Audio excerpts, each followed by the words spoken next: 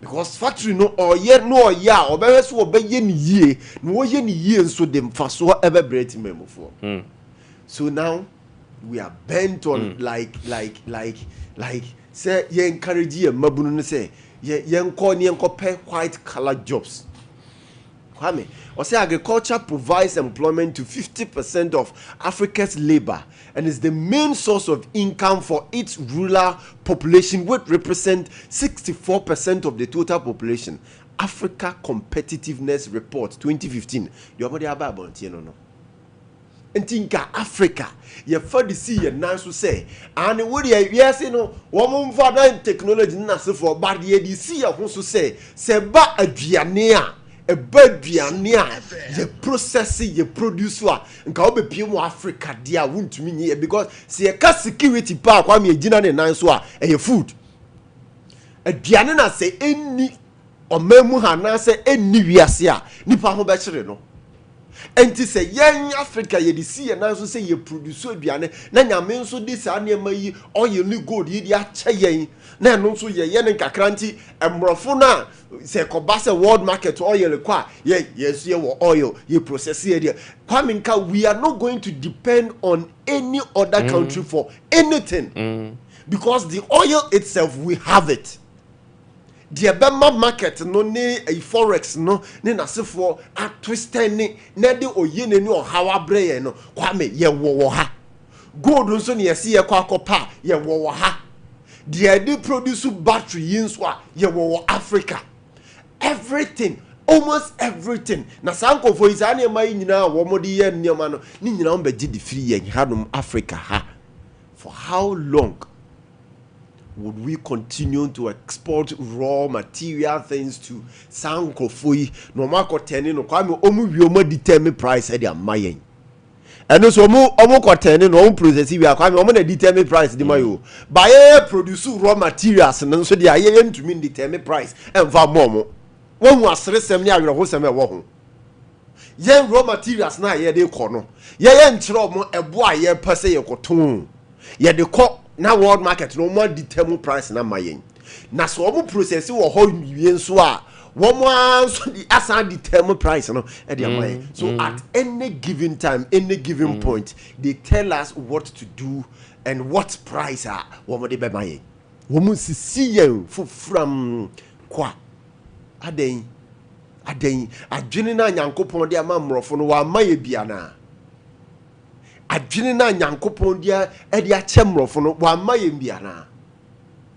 But then come in himself before so Kwame se kopie mu omrofo yi wo man so a hwe enduma ye enuma hodo a ye enya duma ketwa but yen yet ye mem ha na yeni aye di ho abro ye di ho bone ye ni gi sika ho sika na na obenya di odi be gi nani no opega na bati kunkon no nam ye hu se onie no eno na ye ni gi ho menka se sika nye sika ye sika de pa. But at least I was see who say kwan we ni e foso na yanya forever sika na nkonko ye se die kuta ye ne sisi a se nya hye na hye da bi. I was saying your root source of your sikano. Now a free hodani then you know what the maye. Sompa FM. Kwame, we have to be serious as a country. We must begin to think deeper. Now you say ye emergency tickets say asem Syria and sana ya kotena round table ape solutions to it. Yen jai say ye emergency thinkers say ya kwako dani nkuto. We are born on nane, we are mona on nane. Nti ye de na asem to ya na ya adwin ye adwuma asem to ya adwin ye adwuma na wose ye jai. Mama na say now there's another story here. Koso. In China there is a viral video bia ebafa Kolebu ho. Ye nyina say Kolebu teaching hospital no Ghana America say Primus inter pares se eba referrals hospital sinyina edru mebi kra na cat kra dru baby na was a bro omusu bebre a because of niema omwo eche hen no some years ago they have to go to Kolebu some years ago. Currently there, I don't know the state. Because of Niama Biomuwa cat NEB. You see, video na kwa viral. Now,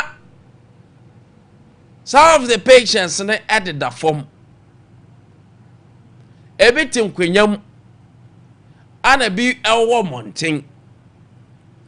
Na diama video yi akọ viral pa ne say. Enche ye Arabo minta kwabra kando. Minister for Health eko PM Kolebu. Tie Ghana for Yesuban tantan e wo yeso.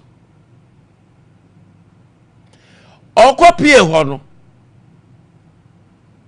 Na ade ekoso ne se. Empanyimfo a omwo Kolebu no. Ete se minister bana. Aden ye woni mpa kura ani apebia mo ada so. Wa oti akonyam ni akope ba bi de wa hye se be ya ba minister fa no. Omfa hobi. Adam panyimfo administrators no. Eye ni ama fe wo Kolebu o. A typical Ghanaian behavior. A typical Ghanaian behavior. Eye bibia kama. Eri udru odba wo se Kolebu oh. And minister can say me say. Said your ohun wo montene the ote no. Said yama ente saa wo Kolebu ho. Enyama ente saa wo Kolebu ho no. Na said yama oh nyoma nye bad, nyoma nye samsa. Not knowing say and conformity say minister beba unto mashada abo mu a prepare the minister about the cameras eba akebe take video ami hu wona oda form wona oten kunyam wona drip siom so akunyam wona oda bare floor ya botra patient ya koyo patient foforo e say Kolebu na say epono nso bia yire bebom. Eti omukọ ya na video ni baye. And now administration no for one person me say just anete. Ana doctor say ho be ka say hey. Etrodo mu die no. No kwase me wo mpa ne say oba Kolebu a aho kire ne ya ya fam wo ho no. Enya ize. Ya okofo bi omuda Kolebu om na resident who say your resident doctors omo te ho na nkasa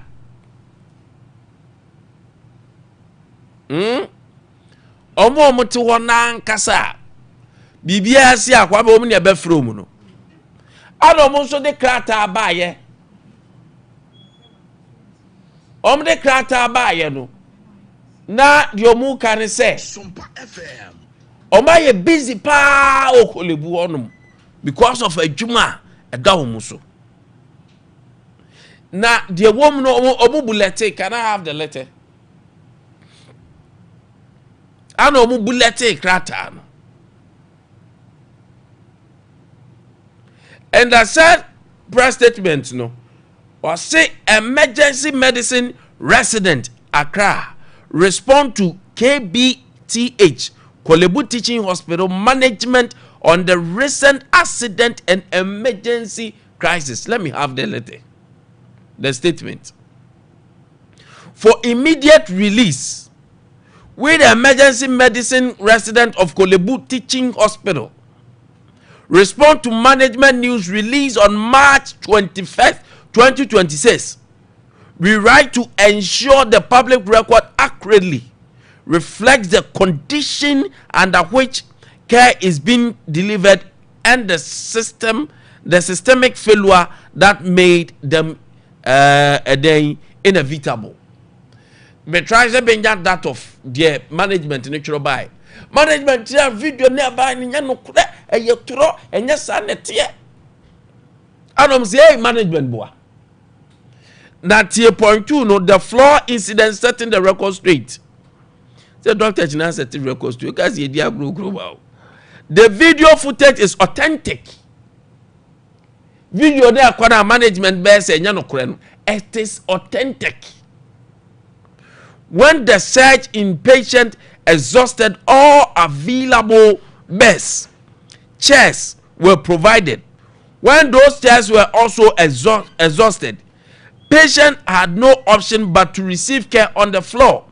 This sequence was witnessed by every member of our clinical team, characterizing the documentation as AI generated or media slander is factually inaccurate and an affront to both patient and staff. Domo chempa ni say video there course o montia ya ma wo hwe bi no.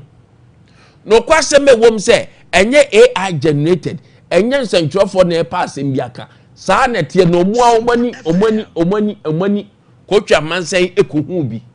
A patient da form na de chense mpa de ye ma no ana omo plastic chairs o muntinam plastic chairs o ho nyina ye ma enkwanya ne ye ma na omo ni option bia so mbemu ma de da form entenye AI generated nemum eye no kwari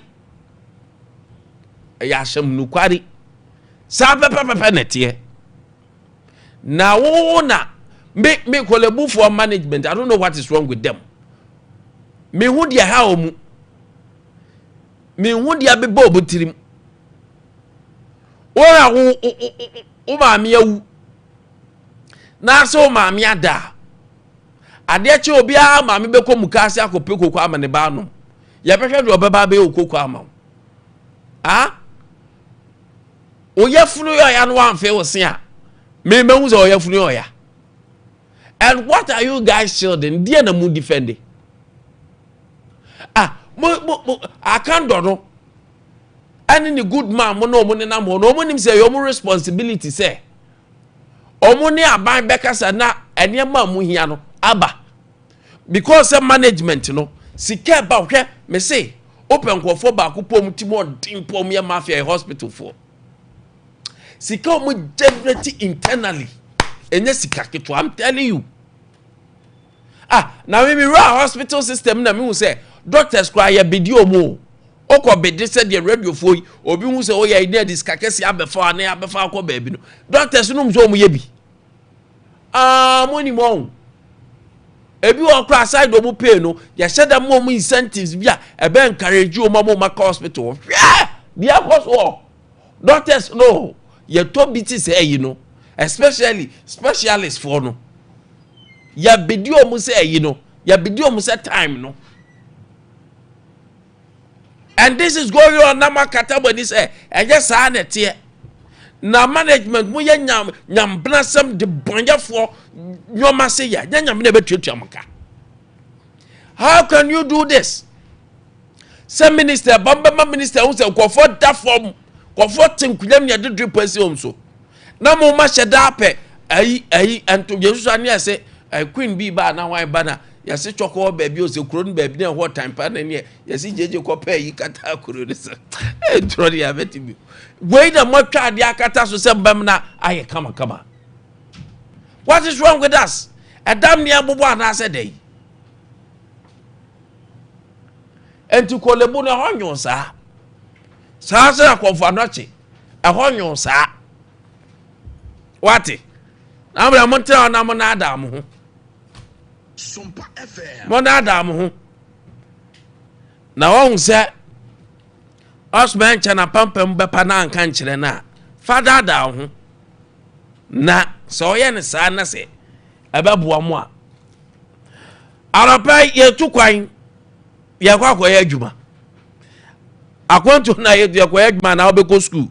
Uko school akope entetie medicine okwa tua de business administration de akeka ho a aropai express group na me kan for amount express group say brother be sua de wa amono ne express group say brother be sua adwuma ana say be sua de efa bra Ghana okwa sua de a amono ne de a express group sanso na person okoye adwuma a amono ne de a express group okoto okwa excursion express group Besa Canada, US, UK, Australia, New Zealand, and Germany. yan kwan ye international exams ye tuition ya say registration amount enti sat GRE GMAT TOEFL international exams ye register say tuition and cry ya Wakaneshi First Light Kumasi ye jinamu asafo labor runabout Tema Community 18 Lashibi Golf Filling Station yene Lashibi Funeral Home ne eben so Oba East Legon any Trinity Theological Seminar Takrade Fonko Market Circle yene Hot and Store ane di anhwe Sunyane Silver House Building no court dine home Tamale yene Tamale Teaching Hospital ana eben so Sa so da baby ani momra the court Mr. Ofa numbers na wa nyina 0249 000448 0 near miensa 0249 000448 0249 000448 na express group there every tete omuni ehwa moda 0508111343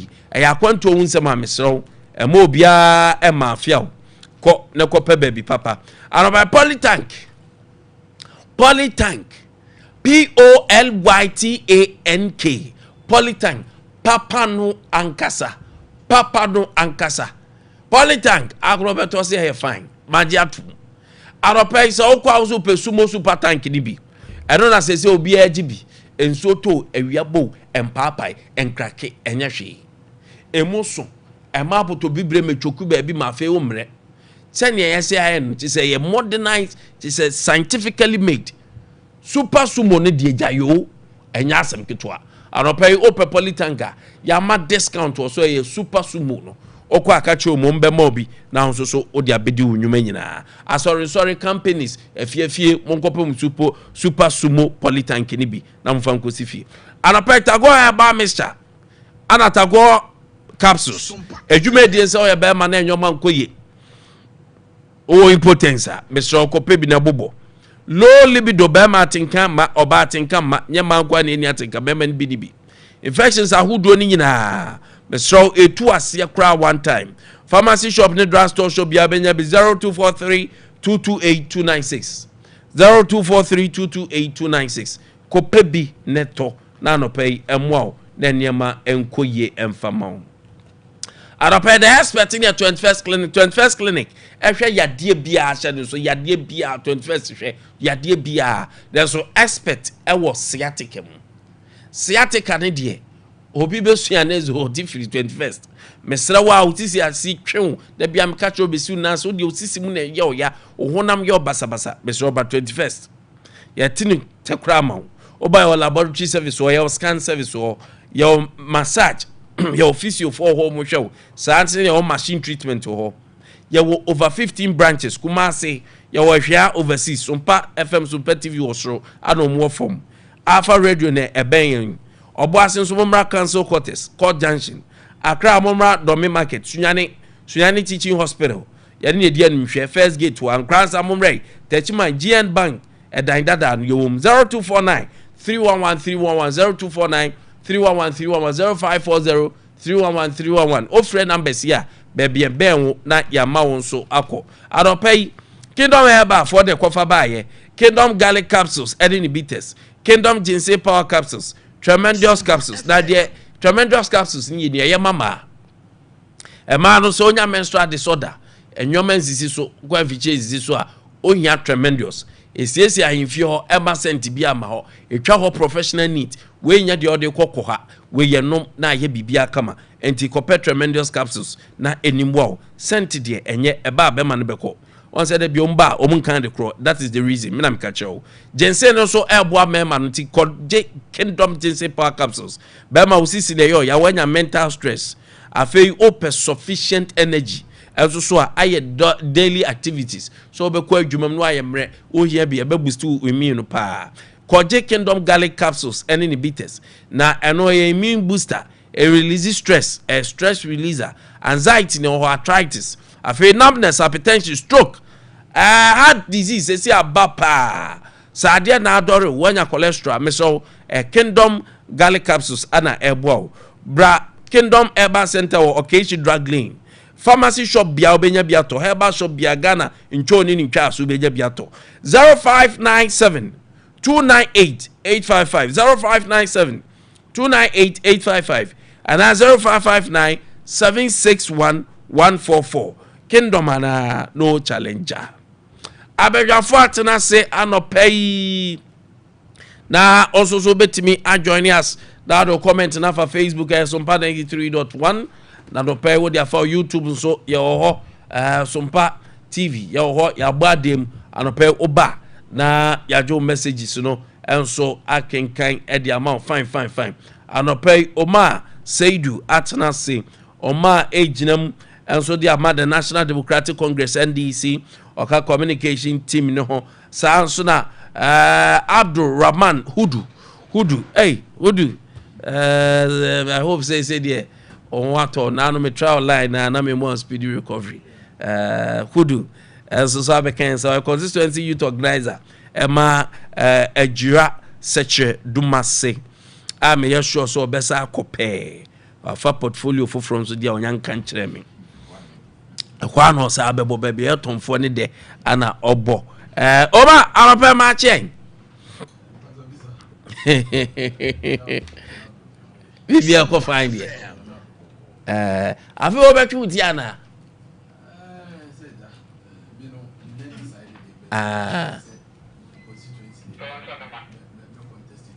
sound consistency de enye de ya aso green on green. That's fine. Okay. I think they say they maybe consulting and decided. Okay. Okay. Do you work consulting stage? Yes.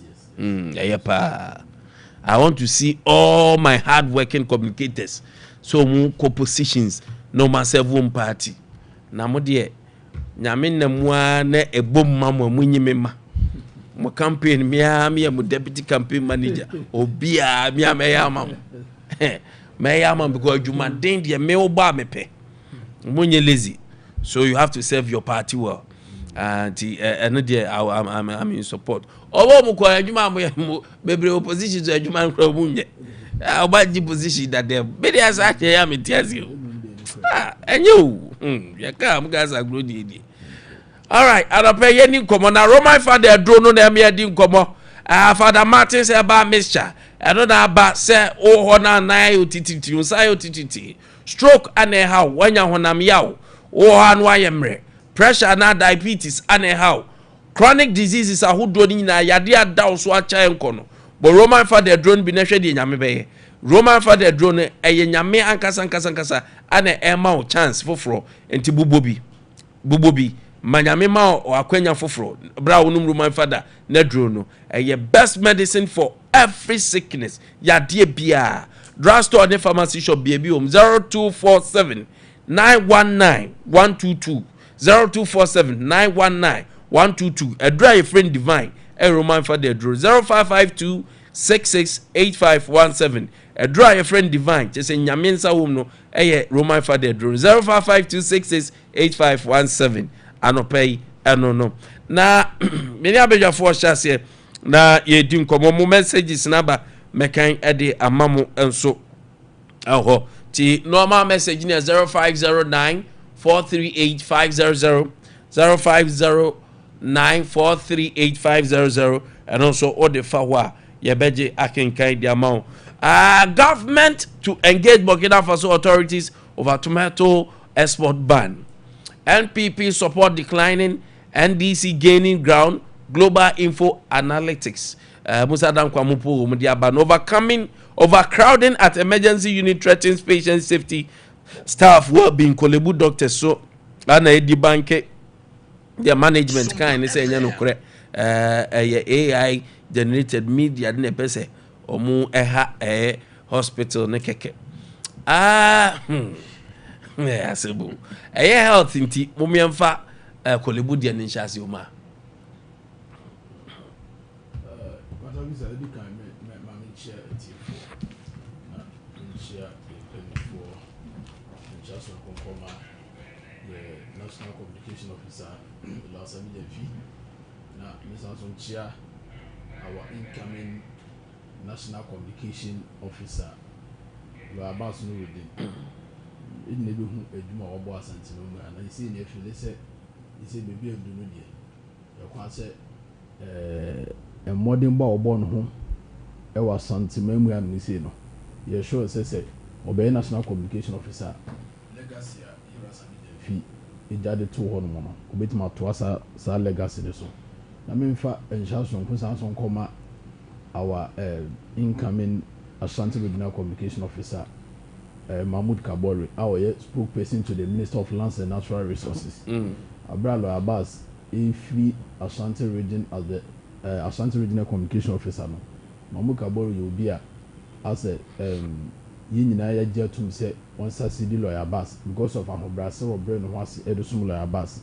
Now finally Minchia Chairman Nakosi. I think the Chairman Nakosi ama Asante men who said NDC your political party what the move bia go free so be the chairman yinim say wa branded NDC party was Asante memu to the extent say is a party na ya kono ama sisi no emabunu no join party no oye chairman na obre ne ho ase na we dey yesi enchine kamfo no ho yinyine bi hu nduma wa bo wa Asante memu ya no misi chairman na kwesi esi obesa so akobim as the Ashanti regional chairman ono a will lead the party no and team secure 700,000 votes in Ashanti region a ebi see that itimi enya 7 seats aha in fact a year record a ebi see that na me sure say nduma chairman na kwesi airboy a wa bo for the past 8 years obey chairman the performance na progressively you sure say delegate you sound so twaso na say you to abama chairman na kwesi a you sure say by the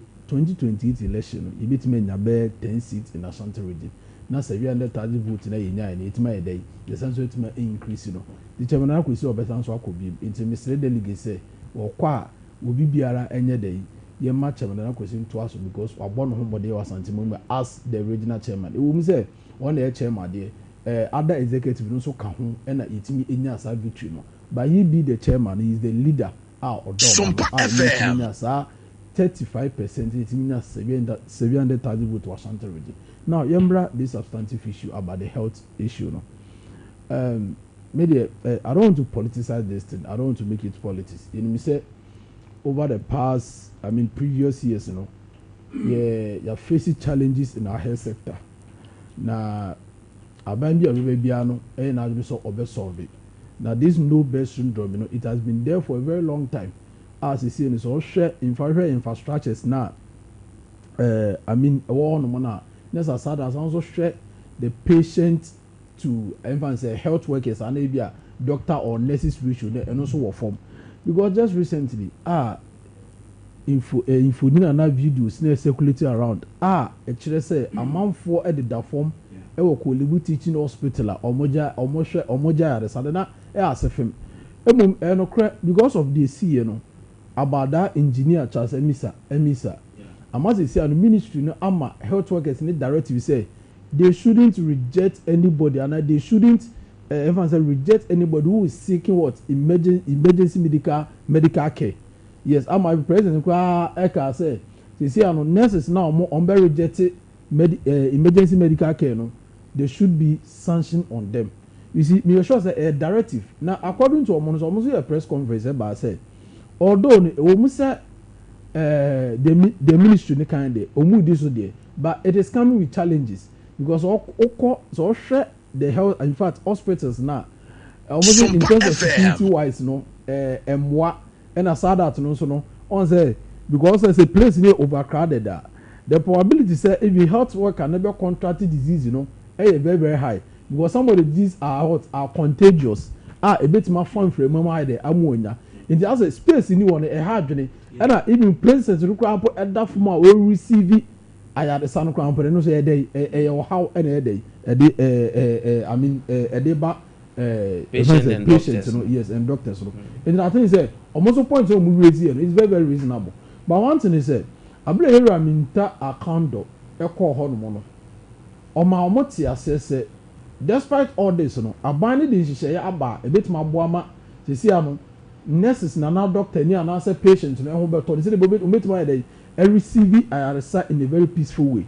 Was it the government is what giving 200 beds we be support the Kolebu teaching hospital and aside that no so on say aban no nso abie portal recruiting more health workers. I think say be recruit 14,500 workers ye ba form mo so be bo amatima bridge the gap between what the patient to what to health workers ratio. Into na aban din share ba reforms a bit maboa because it is also this intensive emergency medical care nimpo aban really have some special programs everyone say training nurses share people suffering a particular disease everyone say over cancer almost the program be from oncology a bit more training nurses they will be specialized in treating cancer almost say baako bi so kidney almost so everyone say patients almost suffer from renal diseases almost a bit training nurses they will be in charge of that one there's also amount for some suffer munya yale through metabolic disorder ebi say diabetes yale everyone say womogem they are training all these nurses for them to what to help see the bit maboa and you know so far no abandon this sheyaba a bit maboa and so other infrastructures no so a eja nim say NDC there eba infrastructure is a selection John Dramani Mahama through infrastructure development into the unya ni din as well the nation builder and it's a share abandoned project na even pono Sompa FM in fact there were maybe to say after teach military hospital e must be hospital this or Syria all these hospitals no it's a selection John Dramani Mahama through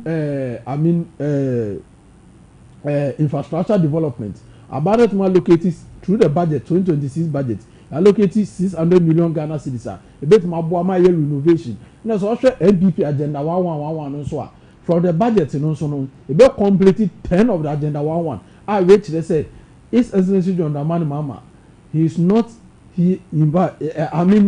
into abandoning projects into when na bit maboa because down hospital no the NPP ni the CEO say this in the CEO I don't the day Ghana for there into no me hope say or say obetua hospitals now NPP started agenda 11 no a very good idea a bit maboa ma sisi no hospital challenge they confronted the health sector the bit maboa ma abafom and you know so far no abani ye the head she gu kwam because me share video na me ankasa na me rap say no birth syndrome no issue a confront the Ghana health system for a very long time. Who do? So the video circulated here. Management be denied, and then Dr. Sewobeka said no, any AI generated. In fact, a true reflection of what is happening. Now, as I no any minta at the agenda be me musa na me musa. Me musa any me musa who do because baby I can say incident in this year no. Enya also do complicated. I think they were also moko bo actually that was 2024 elections in the okay many NDC ni binya encounter really ya kan wasa mai any minta they be our agenda many nana mi da wase didi kan ma menchia mama jibriti no pay na ma chia mi microphone addressed to Masi MPP reframe me am constituency chairman okay parliamentary candidate me quality communication team members of who addressed to Masi ya communication director Musa Said one home modern pa bibi ina ya be through communication mo no e yin free mo enye fa kwan so na ma chia na chia mo di na me quality communication team members ma chia Ashanti regional chairman antwibo se kan wase woko national chairman ina yedi empire war eternity say the ohwe Nyankopon onyema no ya chairman odin ho kwakwa pia koka anyame yaduma me gidi say mframa eboy de ono post kwa na yema na yeden akono wa Ashanti region nti chairman koka bia wo na pa bia me chia na general secretary Justin Frupon ko bia me chia omunyina na obisa ya enokre na say na obisa question me nua ebe chase ya say he doesn't want to politicize these issues. Sometimes no be so on the head politics there madam ba ko na kan say politics there e ko ese bun sama dwuma because me kan mre bi atwa mu na Confanochi teaching hospital hayai na emergency situations bi by na nkora na mu de mato plastic chair mu na mu attend to mu nsama esisi wo Ghana ha no nsama Sam George mo be kan nsama Sami Jamfi okuyita black mo be kan di fa aban no ho that time no sebi na na dan kwaku for the na nka wonya bemma mu a kasa me nka resign ye ensama ended for ka edi fa this health system our Ghana. Me kan emre COVID by nipa na mfa so ehwe omonkwa about this health facilities and nasefo. NPP has been a government in terms of infrastructure development our hospital aban bia ne obetumi de ho atotre. Even come to just Ashanti region ha. Okotepa Kumawu Drobon so Vamed ayim any nkruwa atwe ho ahia hospital kese nyina MPP aban ene etimi edin see from that kind of project no.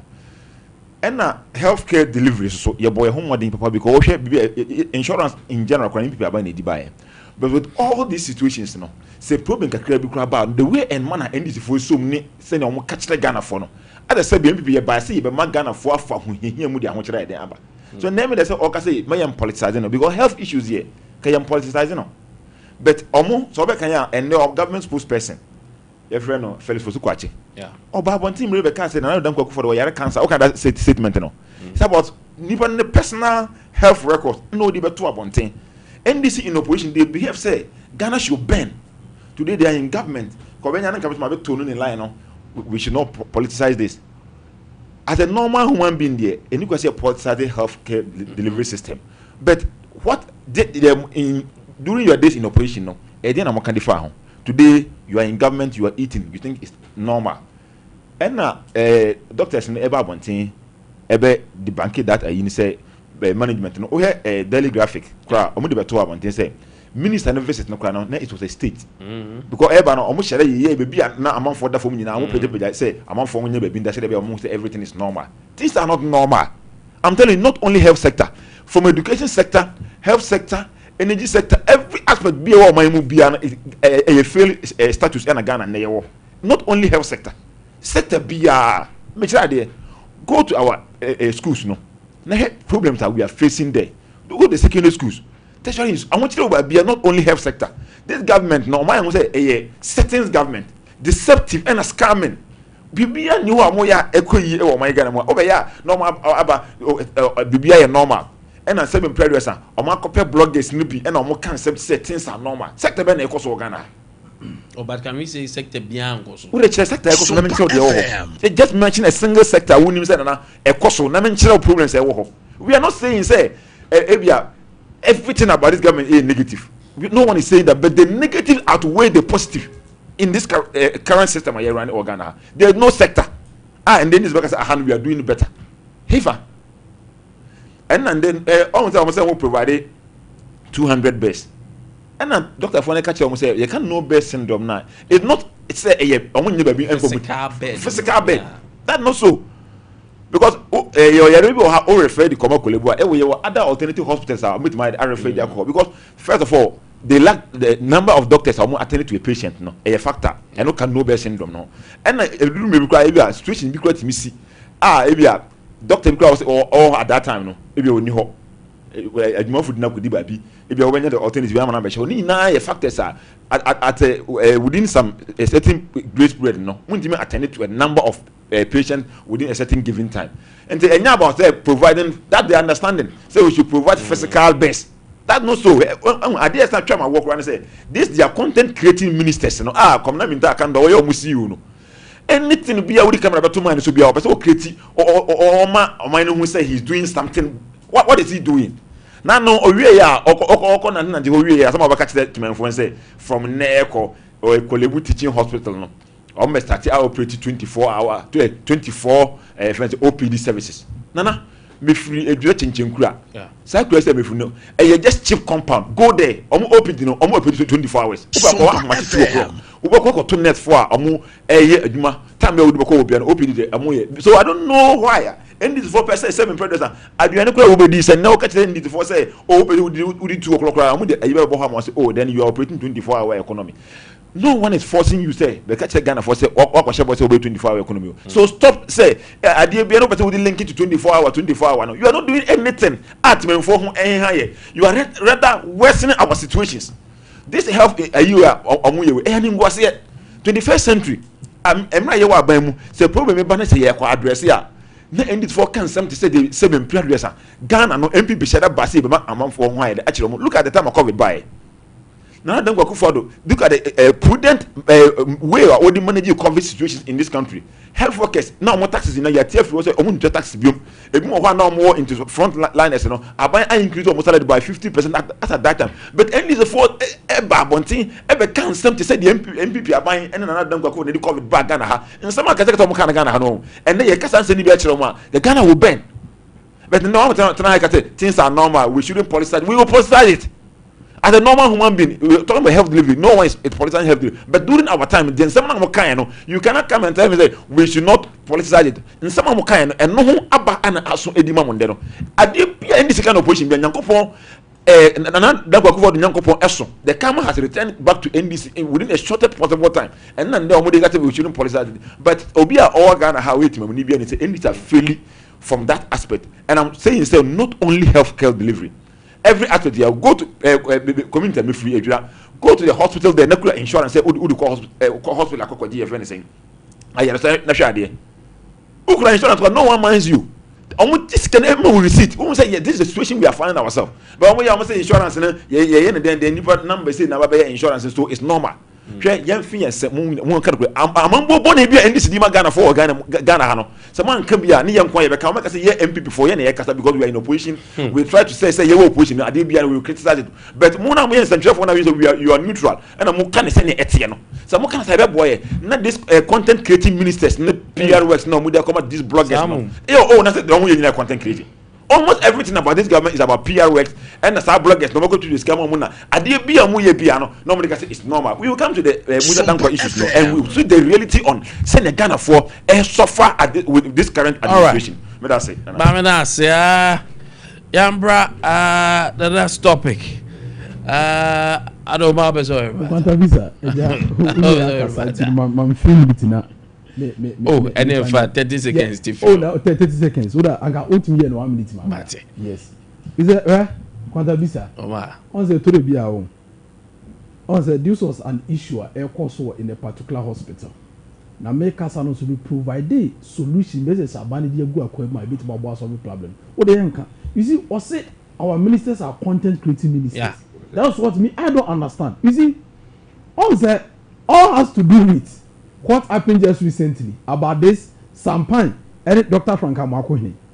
You see, on the to be our own, the archaic politics now NPP for him. They say in the term now right now in order to sell your message, you use social media in order to propagate your message. Even your minister, Simon Semensa, what no yepa. E ade go use social media ni ya na say o use TikTok ni ya and you business say one block 5 infrastructure na hospital we su asantimoni and say no akotini ade dey e the TikTok ni e today or the platform mu. You see? No, let me tell you something. Nkwantabisa radio. Everyone they say I'm the can send you. Let's say sincerely me can say me refia with the help of social media and my post on social media account I can take it direct there and show it to you. No, but you don't need. So why is he calling them? I'm coming. I'm coming. Why is he calling our minister TikTok ministers? His justification in I've never said that. What's it there? Now what are they content creators? Which content are they creating? Relax. No, what can say? It's mommy who say social media no. Adia minister na ye anaso o maye e no mo dey say Ghana for so that say what can say be about the national TV ali o me enko no me dey say ga minister why you too o say me kasa no man the police back why be say o party say no o party say no nti o ga be o dey okay say me na make kasa nti me use me time na me dey kasa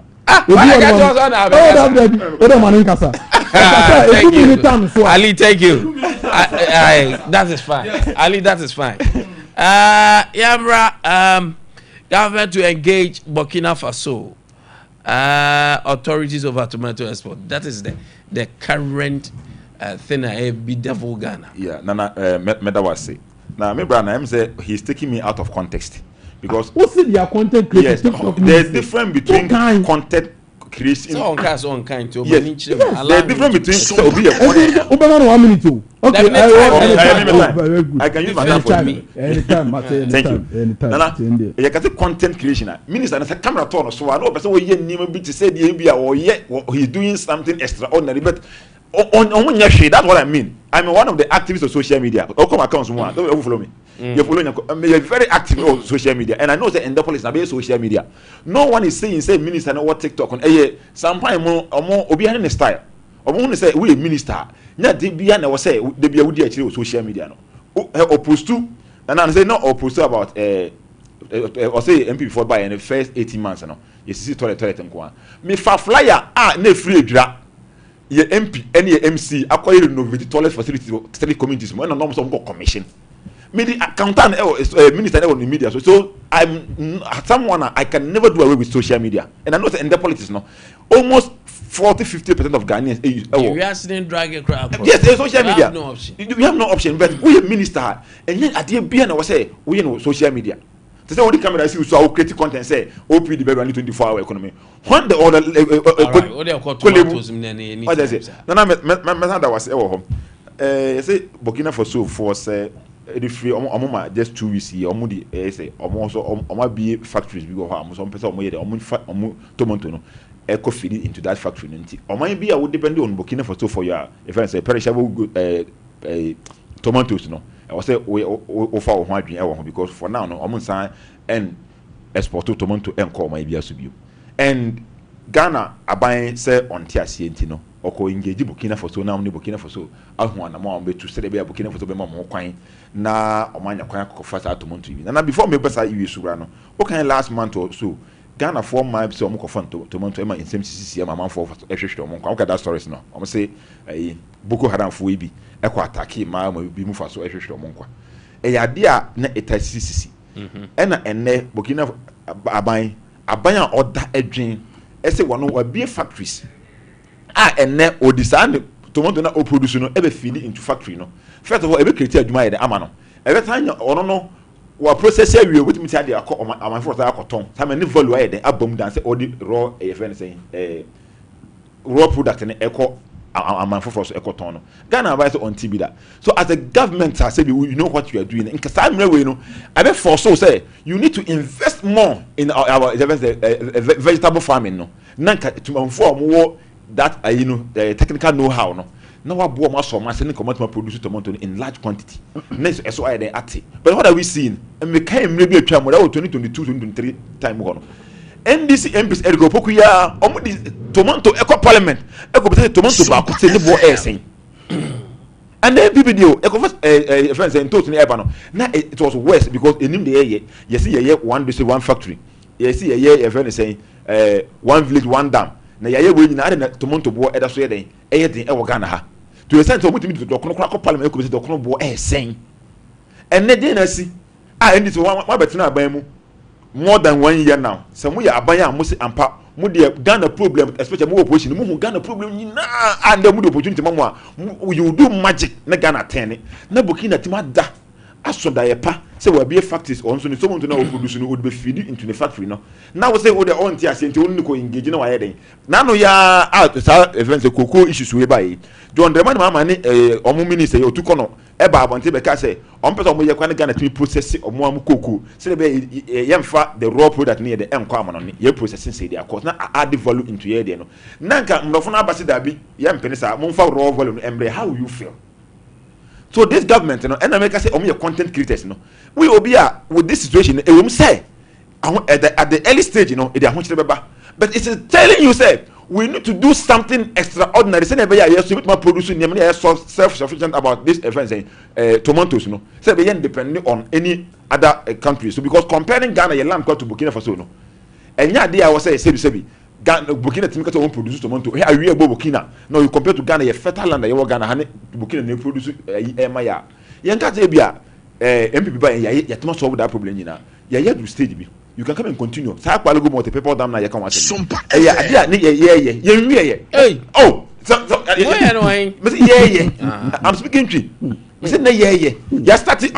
Oh, okay. But look, we started. Oh, you started. But look, what would this state? Mami chawa dia. I've been there. Beba. 2019 yeah 2021 munya o kan ya tama na Burkina Faso mu bie Bakre Dam no a e ba na be ba na atwa for amamfo farming so but one of the last time I was saying say bia ma na atwa for amamfo so it's stages ya you say you know mu bia for now na entimi embon for amamfo enkum amamfo biem that was the first stage and almost started and I make us say even kwa ye ko kati store kwa na ye nyehwe kwa na government is what continue put all kasa no we say on by almost say one day say one friend saying agenda 111 no on beto so say you so ade a issues are ever boa man na say enyim na short also must ato eto so but you are not doing anything about it then no say you are going to engage Burkina Faso no mo njai omo fact no omo yede omo yede no come from the Ghana na it will never happen so ono no at that so that you at man do that stage now what are you doing all right and no na say o timefo ye say you say baby leadership na ye wo no are they ready say omeboy am Ghana it ma free sa wo so ye wom na and I say we should go and depend on Burkina Faso and this is telling us that we should always depend on Burkina Faso. They don't have anything better for this nation. It's about depending on Burkina Faso and nothing else. And that's it. Ali you Nkwantabisa on bra about the Palugu Dam na eyemi de se meba eyemi de se also akwa Palugu Dam was started in 2019 mebo and calculate 2019 up to now how many years ni sika amutwa to osam be Palugu Dam $12 million okọ ayebi amina kwa yentu wo ho oba be gina ye twanto se mo ya divert water wo divert in fact does this amount to the $12 billion now mo ka some be Palugu Dam where is the money you see also to be what you are defending something that cannot be defended on bra obre you see also say me so o kasa first no ka say all sectors in Ejuma eya misre one thing is there I say in the sector back where they say simple really simple me nkasa on say you wo everyone say sector everyone say you wo the agricultural sector you wo the ministry in charge of the economy you see the economic sector ni na Ejuma you see yenhwa the ministry of food and agriculture you buy inflation I'm said food inflation less than 4%. Yeah, no, relax. Food inflation could do baby money do 28%. Obaka in this country in 2024, Ghana was ranked as the country with the highest food inflation among its peers in the middle income country. Now Oba West Africa and Ghana Eduanibo Dimpa Ghana in 2024. Ujinam said no sector is performing. Okay, just recently, Abrana launch Feed Ghana. Okay, say Erikopoku. Eko afọ be catch say Erikopoku say Ghana for edo mo ka 27,000 tons of maize. Ah mo ko bo say the free eko waso. Enti no na me no ka say tia na wo ka na up to now say aka ni na no. Ya twia. Na e kire say in fact the agricultural sector was performing a bit similar. In fact they were performing poorly. And then my agricultural sector is working. Now about the economy, look at the economy. Inflation will form exchange rate, never $1. And now even despite cancer and Tokwa Air Force War, Iran, US and Iran and Israel, and even price rate must stabilize it. Okay, so you didn't talk about inflation at about 3.3. So okay, we are kunana inflation to about 3.3.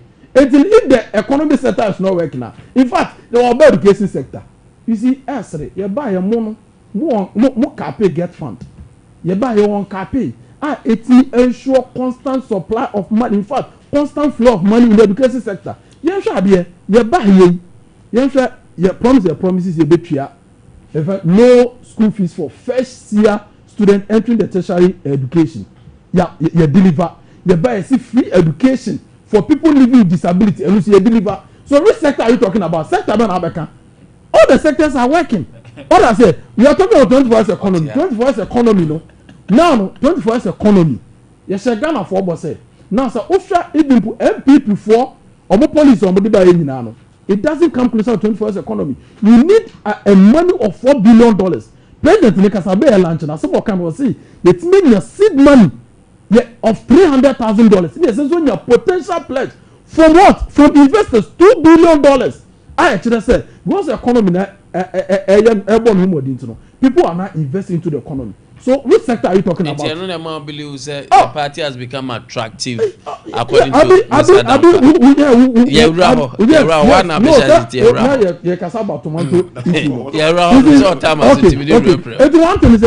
Dampa.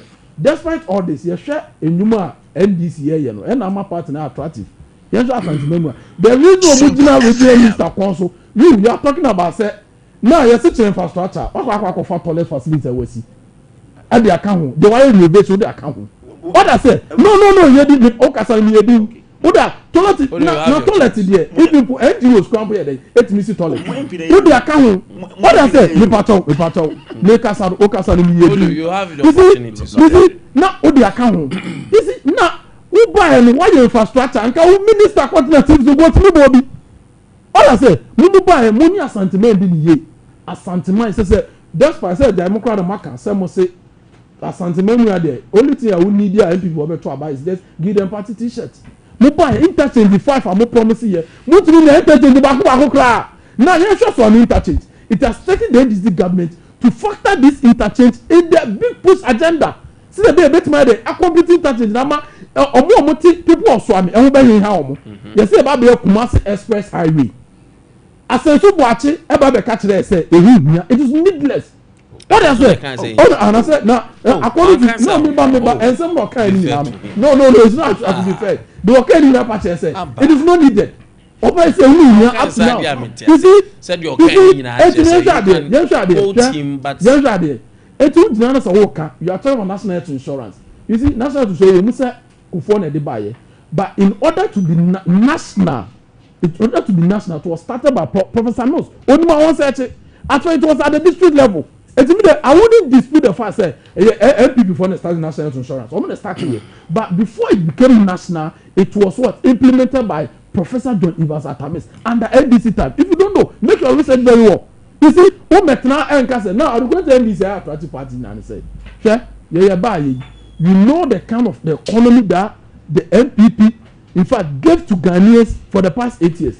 Yes, as a youth, Dr. Mahmoud Bamuso created 2.3 million jobs. 2.3 million jobs, no. You can't Dr. Mahmoud Bamuso 8 million jobs for to create. So what I say, was it digitalization? Also, why electronic, gate or core airport? You know who they see here. You see, this 23 million jobs. Wait, man. You see, because of because of the system, no more. Boss, you have to say about travel today. You have to say about travel. Yes, share us. Yes, share us. Next year, do so. People for some more 10%. It will do how the baby Ghana for so.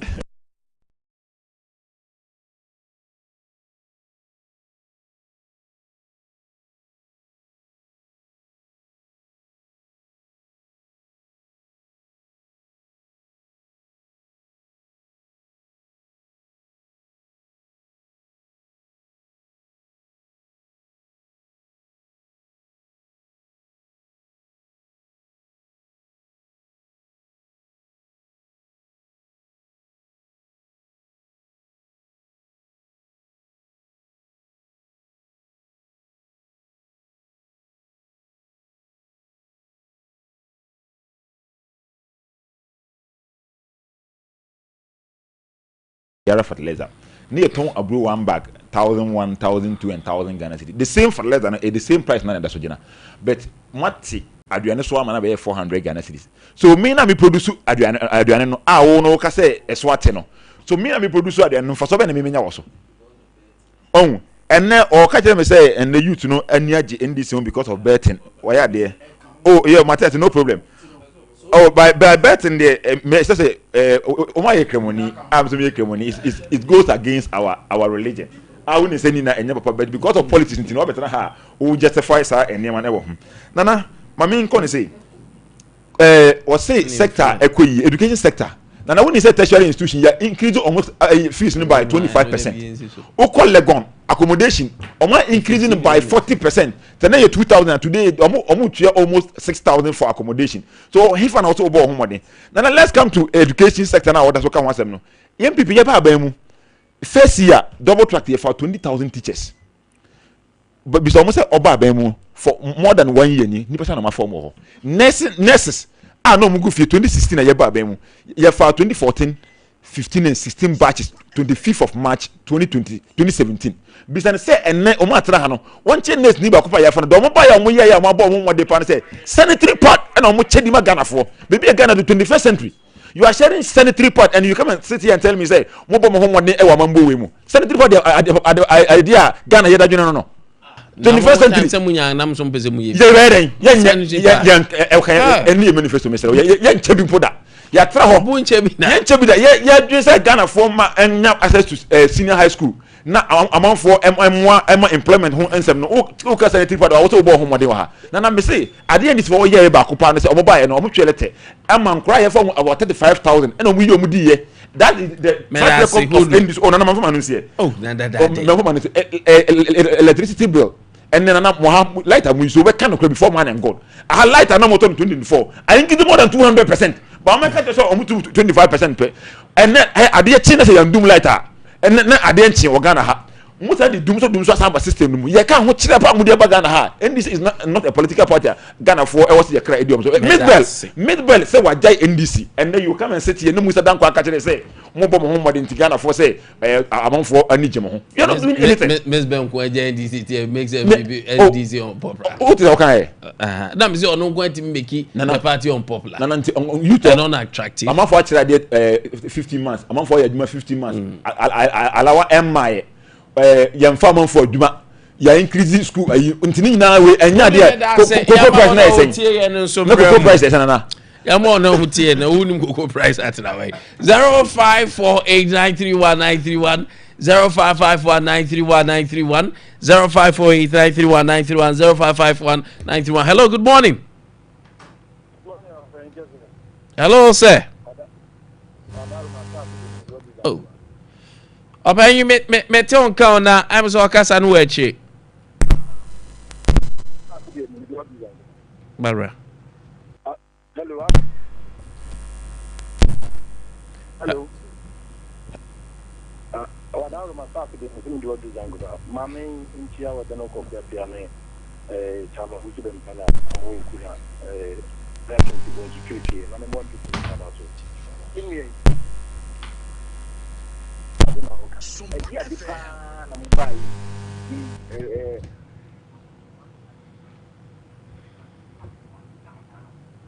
you feel not really fashion. Hello.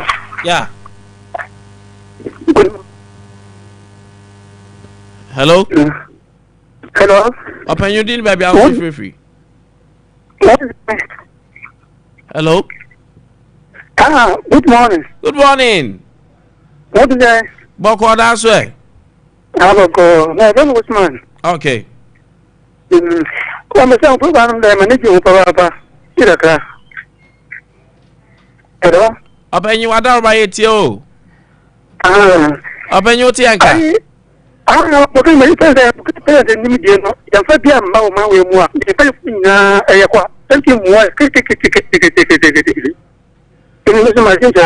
Okay.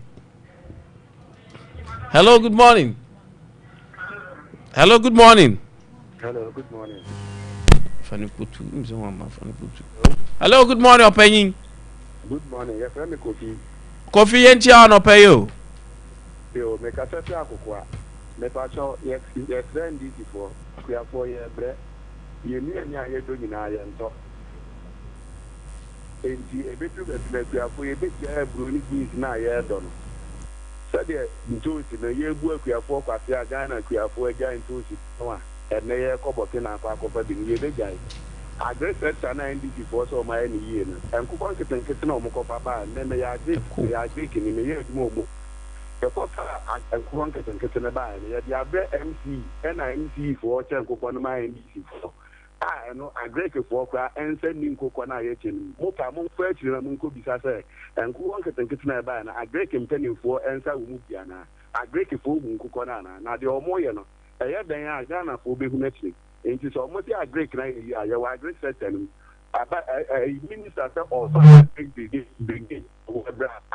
action officer enough. I be a Germano. I was a young more extension officers, you may Germano, almost a more full brigade for ọmọ ya mo motos ne laptops adwuma bɛn na ɔmo ba bɛyɛ information bɛn na minister ne sɛ wɔpɛ free move and nsan kanti a ɔkɔ employ brigaders enti deɛ ɛkɔ so ɛwɔ adwuma no nti nsɛnkyerɛfo monkɔ agri sectors na monkɔ bisa minister na ɔkasa kɔ a wɔnyɛ adwuma biara nsamase me so me da ase Bara for last one. Hello, good morning. In fact, all right. Mo fan cheme me say mahuma no e ba me challenge kakra. Ewa ha mo fan cheme. Mo me anya birthdays no. Mo fan cheme mo fry intimi pikim no. Mo fan cheme na. It's unfortunate. Mo me anya birthdays in fear. All right, happy birthday to Dorcas Owusu from Kezia, a far of Sompa TV. So, Kezia wants to wish you a very blissful birthday. Osinyame ensure no nyo kese. Dorcas, Kezia say, kaine shadow so say, odo pa, nebusuani nyina do. Enti count yourself blessed among the people who are blessed. Enti happy birthday to you, Oba Dorcas Owusu. And happy birthday to Koko at National Commission for Civic Education, NCCE, head office Accra. Koko, today is your birthday. Happy birthday, coming from Hilda.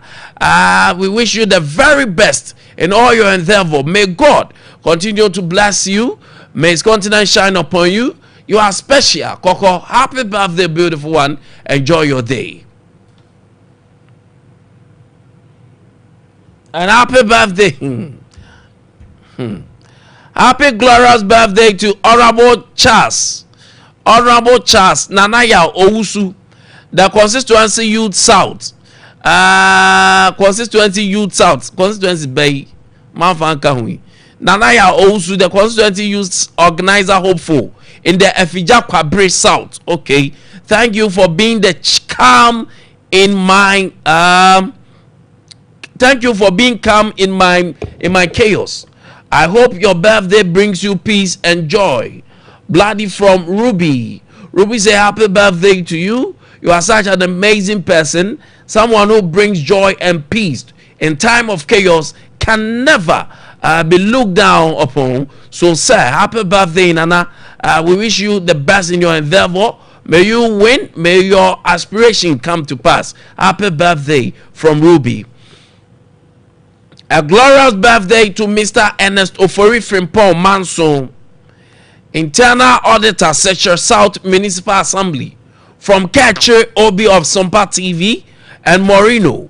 Happy birthday, sir, on behalf of Obi, Kache Obi, our own brother from Sompa TV and Morino. We say happy birthday to you, Mr. Ernest Ofori Frimpong Manso. You are internal auditor at Section South Municipality. Happy birthday, sir. Enjoy this wonderful time. May all joy that you deserve come to pass for you. A special birthday to Anoche Frimpong, knock of Central SDA Church, Asante Aguna, from Katri Obi of Sompa TV and Morino. They say happy birthday to you. Happy birthday. Enjoy this day knowing that God is still with you. Arache Frimpong, happy birthday to you. A special birthday to Clementina of Ashanti Mampong from Grace at UK. Grace, say happy birthday to you, Clementina. Know that you are special. Know that you are unique. Know that you are loved. Beautiful Clementina, happy birthday. This is from Grace. Grace is at United Kingdom. She says happy birthday to you. On that note, yafa jumadi ni nyina enso ensi honum na yadamase. Sam ready. Amba pa ni team ne betena se. Dom the sports na bro. Arope jana no ding. Sir Prince wak akodi she wanna wait say ahode ni giram gidi. Executive producer sa enso ada Orlando ejiram Sansada Nkunsa so ejiram eti arope anu ehye. Thank you gentlemen for coming. Omar Ali